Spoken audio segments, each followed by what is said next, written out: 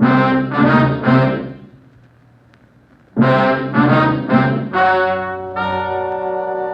and gentlemen, the story you are about to hear is true.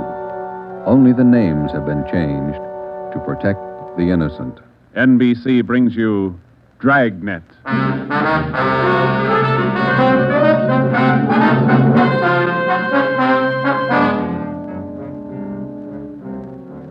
You're a detective sergeant. You're assigned to homicide. Somewhere in the tangled web of your city, there's a killer on the loose. A young woman has been brutally murdered. The weapon, a steel bludgeon. Your job is to get him. Dragnet, the documented drama of an actual crime, investigated and solved by the men who unrelentingly stand watch on the security of your home, your family, and your life. For the next 30 minutes, in cooperation with the Los Angeles Police Department, you will travel step by step on the side of the law through an actual case from official police files. From beginning to end, from crime to punishment. Dragnet is the story of your police force in action.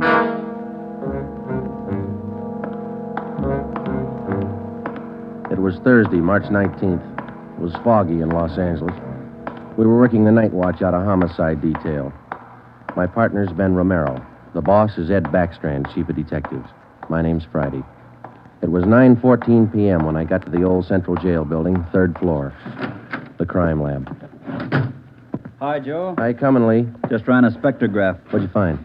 The paint flake from the victim's head matches that paint on the hunk of pipe. Any prints? The pipe was clean, no latent prints. Well, that figured. Anything else?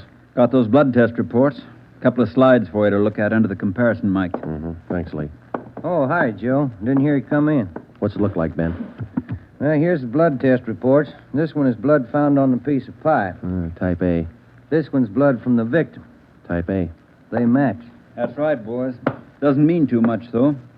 Did you look at these slides under the microscope? No, not yet. Well, this is your clincher. Wait till I get the light. Okay, take a look. Mm-hmm. Got a make? Yeah, go ahead. Well, this slide here on the right, Mm-hmm. that's a slice of hair from the victim's head. On the other slide is hair found on the steel pipe. Yeah? She had wavy hair. Both specimens are flat. Same hair, Joe. You got anything on that piece of pipe, Lee? Nothing. Just ordinary steel pipe, 14 inches long. What else you got? The plaster impressions of those footprints we found by the body. Here they are. Crepe soles? Tennis shoes, new ones, size 9, good impression. Ground was soft. Man about 150 pounds, according to the length of stride, roughly about 5 feet 10 inches tall. Yeah, new shoes, all right. You can still read the manufacturer's label. That's right, made by the Sport King Company. Well, that's something to follow up. Yeah, sure, you could start with the tennis courts. Only about 1,000 or so in L.A. Maybe you'd rather track down the brand. These particular tennis shoes are the biggest sellers in the country. Yeah. Where'd you like to start, Minneapolis or Pullman, Washington? What about that glove? Yeah, you might look for a missing glove. Yeah. They go well with the shoes, just about as common. White cotton work gloves with a blue top. Here's the right glove. You find the left one. Blood on a glove? Type A. Well, that's good evidence, Jones, but where's the lead? Now, look, I don't ask you to pay my parking tickets. You want to see blow-ups? Okay. Right over here. Oh, yeah. This is the vacant lot where they found the body. Yeah, that's right. Here's a close-up of her showing the location of the murder weapon, the glove, and the footprints relative to the position of the body. Looks as bad as yesterday. Sure did work her over, didn't he? The rest of these are morgue shots. Interested? No, I checked them this morning. Once is enough, Lee. Yeah, that winds it, boys. You want to go over the stuff in her purse again? You find anything more? No, nothing you haven't seen already. The usual. Makeup, comb, barrette. That's a hair clip. Mm-hmm. Few cheap stones in it. Loose change, a quarter, nickel, few pennies. Her ID card. Yeah. Helen Corday, 33 Naomi Place, age 21. 21. That's not very old, is it, Lee? Not to die. No.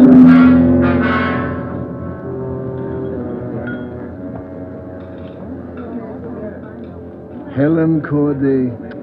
Who could kill Helen Corday? Why? Why do you say that, Mr. Meyer? Well, people kill for money. They kill for love. Helen Corday had none of these. No boyfriend? Not in here. No, she was a good worker. 5 different waitresses the union sends me 1 month. 5! Did the union send Helen to you? Oh, sure. All the girls come from the union, but none like Helen. Oh, she was sweet, honest, and courteous. Mr. Meyer, did you know anything about her personal life?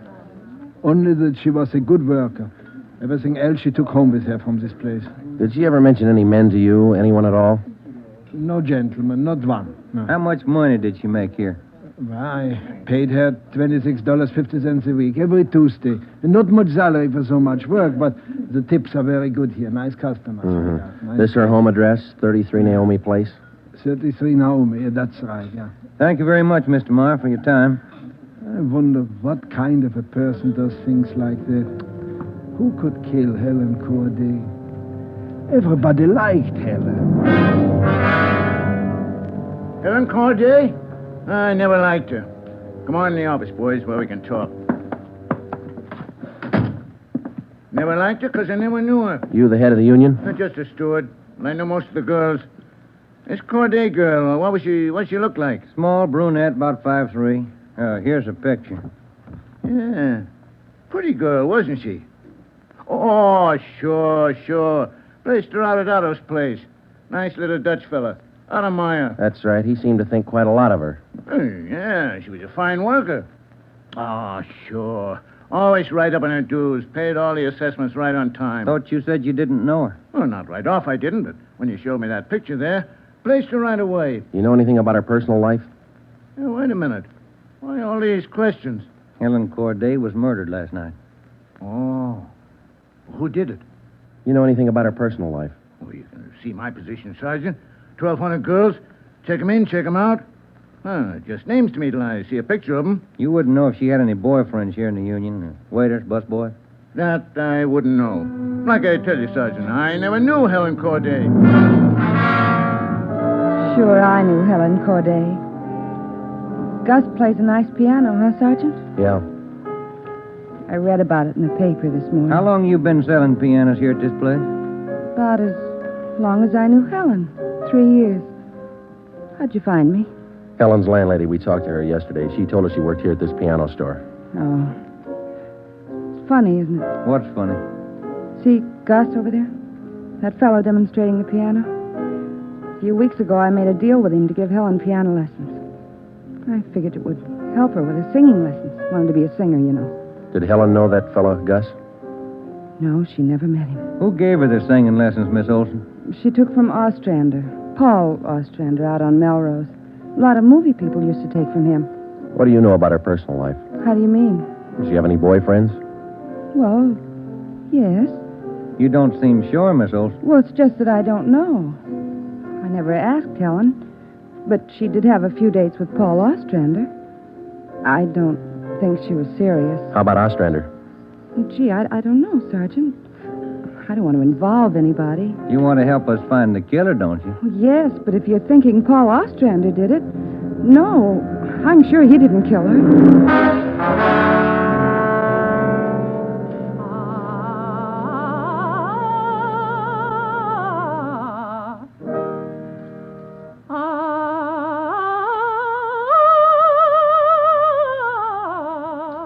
That's all for today, Victoria. No, gentlemen. I did not kill Helen Corday. You gave her singing lessons, Mr. Ostrander. You knew her pretty well? Yes, I gave her voice coaching for about 1.5 years. Helen showed a little promise. Not a great voice, a bad vibrato. You knew her pretty well? Why do you say that? Mr. Ostrander, didn't you used to take her out once in a while? No, I didn't know Helen socially at all. We know you had dates with her. That's not true. Only times I saw her was when she came here to the studio for lessons. You better tell the truth, Mr. Ostrander. We can prove that you've been out with her. Afraid of the publicity, is that it? Certainly that's it. I have a successful business here. I've spent years building it. Anything like this would ruin me. Then you have been out with her. Only a few times. Nothing serious. I had nothing to do with her murder. Now, that's the truth. Don't you know that withholding information about a thing like this can go kind of hard for you? Yes, I know that. What else could I do? Mr. Ostrander, somewhere in this city right now, there's a guy who beat a young girl to death. He crushed her skull with a piece of steel pipe. We need every bit of information we can get to track him down. I know that, Sergeant. You could have come to us. We wouldn't run to the newspapers with it. If the information's confidential, that's the way we treat it. Most of the time, it's the people who run to the newspapers first. Then they come to us. That's right, Mr. Ostrander. People are their own press agents. Sergeant, I'd like to know what right you have to invade my privacy and lecture me on my civic duties. All right, I'll tell you what right, Ostrander. We want the man who murdered Helen Corday. I got as much right as he had at 12:14 this morning. Come on, Joe. Yeah. Thanks, Mr. Ostrander. Sorry if I invaded your privacy.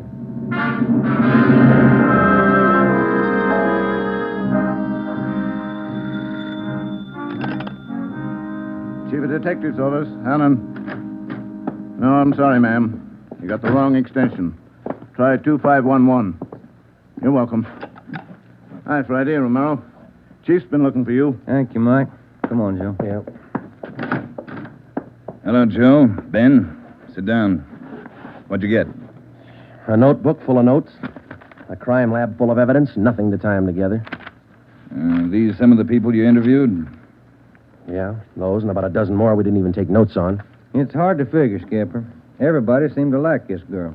Helen Corday. No known relatives. Single, unattached girl, living all alone in the city. Few friends and no enemies. None we can find anyway. Are you satisfied that all the people you interviewed are in the clear? Well, if we're going to stick to the simple robbery motive we are, the kind of money Helen Corday made wouldn't interest those people. How are you doing on the outside leads? Nothing. If we could just find one hole someplace, anything. All right, now look. You've got a lab full of evidence across the street. You've got a book full of names here. You've got the pieces. Now fit them together. They just don't add. Well, go over them and keep going over them until they do add. Anything from the informants? No, nothing so far. No tips on anybody that's been dough-heavy lately. Nobody shooting off their mouth. The guy we want won't advertise. Figures himself a pretty smooth operator. But he probably made a mistake somewhere along the line. We'll find it. Got a hot shot, Ed. Yeah? 3220 Casino. Woman, probable attack. All right, Friday. You and Ben run it down. We ran down the hot shot call for 3220 Casino. Turned out to be a typical dead-end lead. Her name was Mrs. Lillian Horn. For the past 5 years, Mr. Horn had been paid regularly on Wednesdays. He spent all day Thursday drinking up his paycheck and beating his wife. The call had no connection with the Corday murder. We made the usual call into communications. Unit 80K to Control 1, 80K to Control 1. Control 1 to 80K, go ahead. On that probable attack, 3220 Casino, Code 4. 80K, roger. 80K to Control 1, KMA 367. That was the beginning. For the next 3 days, we followed up every lead and every call, but they were all blind. All units were alerted, and they had as much information on the killer of Helen Corday as we did. Ben and I cruised throughout the entire Central Division. We covered every probable call that might have some connection with the murder. Attention, Unit 41R. 1654 Swanson Terrace, a woman, victim of probable attack, Code 3. Unit 41R. It didn't make any difference what the call was. If there was a possibility it might tie in with the Corday murder, we ran it down. We made it a 24-hour job. So far, if the killer made a mistake, we hadn't been able to find it. The Corday funeral was on Monday. They were all there.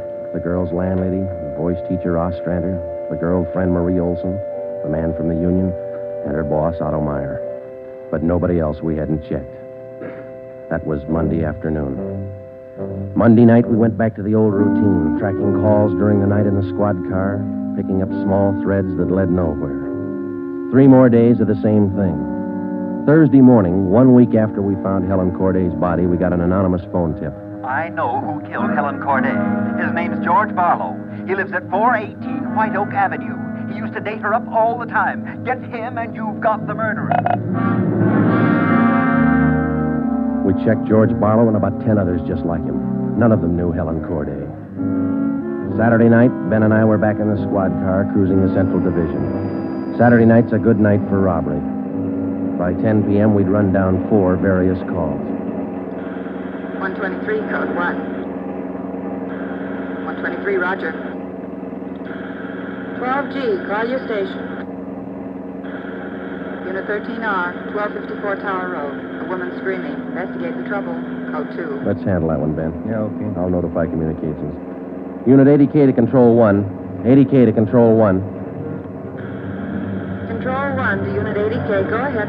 On your 1254 Tower Road call, we're in the vicinity. We will handle. 80K, roger. 80K to Control 1, KMA 367. Let's go, Ben. Control 1 to 13R. Disregard your last call. Handled by 80K. Yeah, it should be right about here. Oh, here it is. 1254. That man who tried to kill me is running down the street there. Where? He's getting to that corner street. He tried to kill me. Come on. Where'd he go, Joe? Turn right at the next corner. That's him up ahead. He's got a good lead on us. Hit the siren. He's gaining, Joe. Took a left at the next corner. Oh, he isn't going to stop. Close in as tight as you can, Ben. Down to the floor now. Swing out to the left a little. I'm going for his tires. Right. All right, that'll slow him down. Pull up on him. Yeah. All right, you. Keep both hands on that wheel and get over to the curb. Cover me, Joe. Right. Out of that car, mister. Shake him down. Hey, take it easy, will you? I haven't got a gun. Put the cuffs on him. Hey, well, you boys work fast. What am I do with the gas chamber? Just save that, mister. It's pretty rough treatment for speeding. All right, come on, you. Look, I got a right to know where you're taking me. What's the charge? We'll let the girl tell you. What girl? You just sit there and be quiet, huh? Oh, I know where you're going. The place back on Tower Road. Well, I asked to use the phone. The girl slammed the door in my face. I don't know what you cops are trying to prove. I just wanted to use the phone, that's all. I even tried to scare her a little. I told her I'd hit her over the head if she didn't let me use the phone. It's a laugh, huh? All right, you, get out. Yeah, I suppose so. Get out. Hey. I got nothing to hide. That little girl's gonna lie. You know that, don't you? Who's there? Police officers. It's the man. That's him. He tried to kill me. His full name's Frank Philip Larson. They had no previous record. This the girl's report? Yeah, that's it, Skipper. Judy Scott. How old is she? He's 19. She's a babysitter. Real tough boy, isn't he? Forced his way into the house, beat her about the neck and arms. A tire iron. We found it in his car. Jones is running it through the crime lab. Asked her if she had any money. She told him no. Struck her again. Where's this Larson live? Hotel out near Santa Monica. He's a clothing salesman, Ed. Works for a big men's store, Burns and Company. According to the house book sales record, he bought a pair of tennis shoes 2 weeks ago.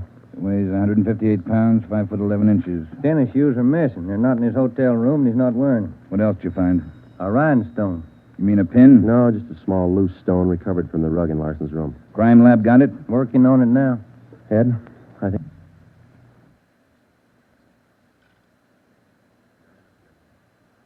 We got the man who killed Helen Corday. A few scraps of circumstantial evidence and a hunch. That's not much to go on. Larson had gone after the little Scott girl with the tire iron. Wasn't much of a tie-in, but we had to be sure. All that day, we checked Frank Larson's alibi for the night of Helen Corday's murder. We interviewed the personnel manager at Burns and Company where he worked. We talked to all the clerks who knew him, the manager of the hotel where he lived. We found out everything we could about Frank Larson. And that night at 10 o'clock, we had the prisoner brought to the interrogation room. How are you, Larson? Fine. Just fine. I like jail. Sit down. Lousy weather, been foggy all over town. I wouldn't know. I've been inside all day. How old are you, Larson? 31, same as the last time you asked me. Where'd you go to school? I didn't. I was born smart. You sell clothes, don't you, Larson? We know you work for Burns and Company. Remember, you told us. What is all this? What are you guys trying to build? Just want to know if you like selling clothes. That's all. What do you coppers know about clothes? One blue serge a year is your speed. You know quite a bit about clothes, don't you? I've been selling them for 5 years. Can you tell me something I've been wondering about? What's that? Are your socks and tie always supposed to match? That's what the style books say. Bet you always know the right things to wear, don't you? You wouldn't wear black shoes with a brown suit, would you? Is that what you're keeping me here for? Stylism? Oh, would you? Would you wear black shoes with a brown suit? Most people wouldn't. Bet you wouldn't wear brown shoes with a tuxedo either. I've been smoking too much. You got a glass of water? Oh, yeah, sure.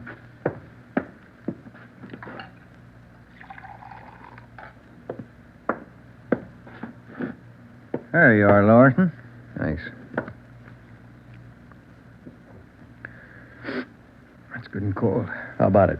Would you ever wear brown shoes with a tux? Nobody would. That's a navy blue flannel you got on there, isn't it? Yeah. It's a good-looking suit. Stop around sometime. Get you a good deal. Suit like that flannel there you're wearing, you'd never wear tennis shoes with an outfit like that, would you?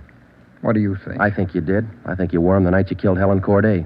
Who? Maybe you didn't have the blue suit on, but you were wearing tennis shoes, Sport King, size 9. Sell for $5.95. You picked them up at a discount. Cost you $3 1/4. Where'd you get that? Out of the house book, Burns and Company. You wouldn't have those shoes around now, would you? We couldn't find them in your hotel room. Your boss, Mr. Craig, used to think a lot of you, Larson. Before you started drinking on the job, your commissions used to run pretty high up the last couple of months. What happened? That cheap rye get to you? Well, you two really nosed around, didn't you? When are you going to tell me what I eat for breakfast? Cornflakes, cup of coffee, donut, sometimes 2 donuts when you're hungry. Elsie waits on you at the Royal Cafe. She gets a dime tip. Can I have some more of that water? Help yourself, there's a cooler. Sure good and cold. How about it, Larson? Where are the tennis shoes? They wore out. In 3 weeks? Can't be very good tennis shoes. No, they didn't wear out. What'd you do with them? You know all the answers. You figure it out. We know you bought the tennis shoes. We don't know where they are now. We know you had them, size 9. 3 feet from the body of Helen Corday, we found 2 size 9 footprints made by a pair of Sport King tennis shoes. We figured the man weighed about 150 pounds. You weigh 158. Figured he's about 5'10". You're 5'11". You come awful close to being the same build as the man who killed Helen Corday, don't you, Larson? And you wear the same size tennis shoes, same brand name. A lot of people wear 9s. It's the average size. They sell a lot of Sport Kings, too. Everybody wears them. If we could find your pair, might make a difference. Doesn't mean your tennis shoes made the prints with the body. Doesn't prove it didn't, neither. What'd you do with them, Larson? I threw them away. That's too bad. Might make a difference. No, what difference could it make? I threw them away, that's all. Now, how about the mate to this glove? I never saw it before. Found this right-hand glove by the body of Helen Corday. Just an ordinary cotton work glove. Everybody wears them. If we could find the missing left glove, why, it might make a difference. Size medium. That's average, too, isn't it, Larson? I never sold work gloves. I wouldn't know. No, but you bought work gloves, haven't you? Not a pair of those. Mean like this, don't you? We only got one. What kind of work gloves did you buy? I didn't buy any.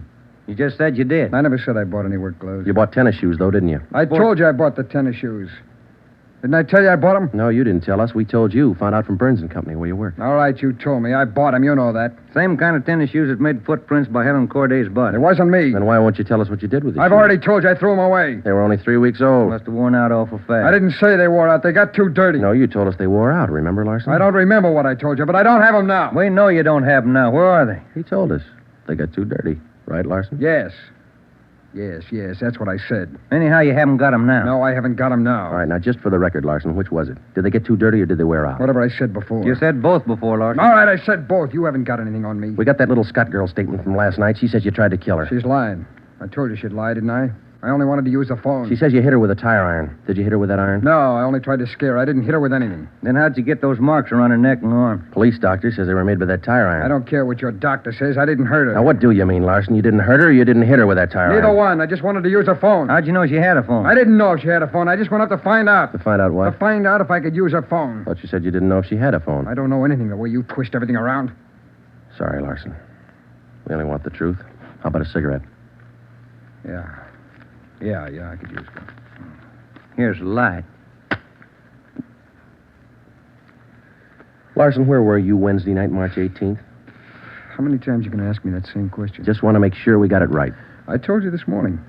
I went to a show. I got out about 11, had a beer, and I went home. What time did you get home? About 11:30. Did you stay home? I went to bed. What'd you see at the show? I never remember the names. You ought to try to remember this, and it's pretty important.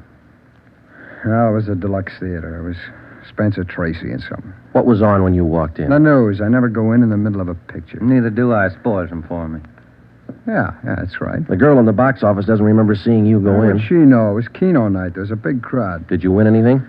I never do. Anybody hit the jackpot? I don't remember. They give away a lot of money at those neighborhood theaters. I always remember who hits the jackpot. Well, all right, you do. I don't. Do you remember if anybody won the jackpot? I told you, no. Did they have a jackpot at that show? I guess they do. I don't know. You know it was Keno night. You should know if they had a jackpot. Maybe they had a jackpot. I don't know. I went out for a smoke. You said the cartoon was on when you walked in. Why do you always twist what I say? I told you the news was on when I went in. You remember anything about the newsreel? It was 10 days ago. How do I know what was in it? I only know it was a newsreel, that's all. You're lying, Larson. We checked your alibi. The manager of the theater had to cut the newsreel Wednesday night because the show was running long with Keno night. You didn't go to the show Wednesday night, did you? All right, maybe I didn't. I don't remember. What's the difference? The difference is you could have been in that vacant lot the same night, the night Helen Corday was murdered. I didn't kill her. You can't prove I did. Interrogation room, Friday. Hiya, Jones. It did, huh? You're positive. Yeah, okay. Thanks, Lee. Sure you don't want to tell us what you did with those tennis shoes? I'm not going to go back over all that. I've told you guys all I'm going to tell you. You know how the Corday girl was murdered? How would I know? I don't know anything about it. She was on her way home from work, as usual, about midnight. Of course, you were home in bed about that time. But you didn't go to the show that night, Larson. On her way home, Helen Corday always took a shortcut across a vacant lot. She was about halfway through the lot when the murderer tried to grab her purse. She screamed and he struck her. Hit her several times with a piece of steel pipe 14 inches long. He beat her to death with that piece of steel pipe. Then he dropped the pipe in the right-hand cotton work glove. He left 2 footprints, size 9, Sport King tennis shoes. I know all that. Well, here's something you don't know. When the killer scooped the paper money out of that girl's purse, he accidentally took along a loose rhinestone, a stone that fell out of a cheap barrette in the bottom of her bag. He carried that stone home with him. When he reached in his pocket to pull out the money he stole from her, the rhinestone fell on the floor. So? We found that rhinestone on the rug in your hotel room. Well, I haven't lived in that hotel room all my life. Maybe the tenant before me dropped it there. No, not this one. We checked the cement that held it in that barrette. It matches the glue on the stone. No, Larson, that rhinestone came from the hair clip that Helen Corday wore before she was murdered. And that's enough to take you to the district attorney with. What am I supposed to say? We want you to tell us the truth. Why did you kill Helen Corday? Yeah. You want the sandwiches and coffee now, Sergeant? Bring them in, Mike. Looks like we're going to be here a long time. Yeah, I brought you ham, cheese, and liverwurst. And some fruit. Coffee's black. Cream and sugar on the side. Thank you, Mike. It looks good. What kinds you want, Larson? Ham, cheese, or liverwurst? Oh, you're not hungry? Okay. Sandwich, Joe? No, thanks. I think I'll have an apple, huh? Yeah. Okay. I fixed you a plate there, Larson. Coffee's right here. It's a fine apple. Nice and fresh. This a Washington apple? Yeah, I don't know. Is that coffee hot enough? No, it's fine. Where'd Mike pick these up? Well, across the street. Eddie's? Yeah, Oh, it tastes good. Well, drink your coffee anyway, Larson. It's getting cold. All right! I didn't want to kill her. She screamed and I hit her. All I wanted was her purse. That's all I wanted. She wouldn't give to me. She had to fight back, so I hit her. I didn't want to kill her. All she had to do was give me the purse, and I wouldn't have hurt her. I was drinking, and I didn't know what I was doing. I was drunk. I didn't mean to kill her. I didn't mean to kill her. Mike. Yeah, Joe? Stay with him. We'll call the stenographer.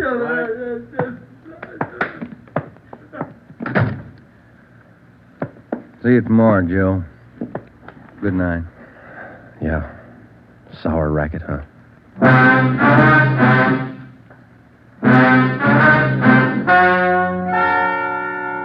The story you have just heard is true. Only the names were changed to protect the innocent. Frank Philip Larson was tried and convicted of murder in the first degree. He was executed in the lethal gas chamber at the state penitentiary.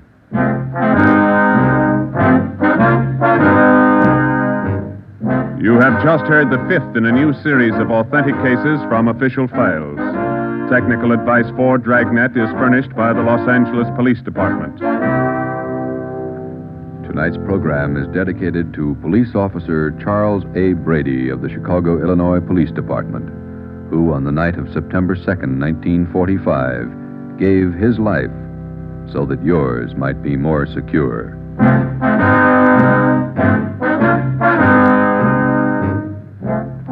Dragnet came to you from Los Angeles. This is NBC, the national broadcasting company.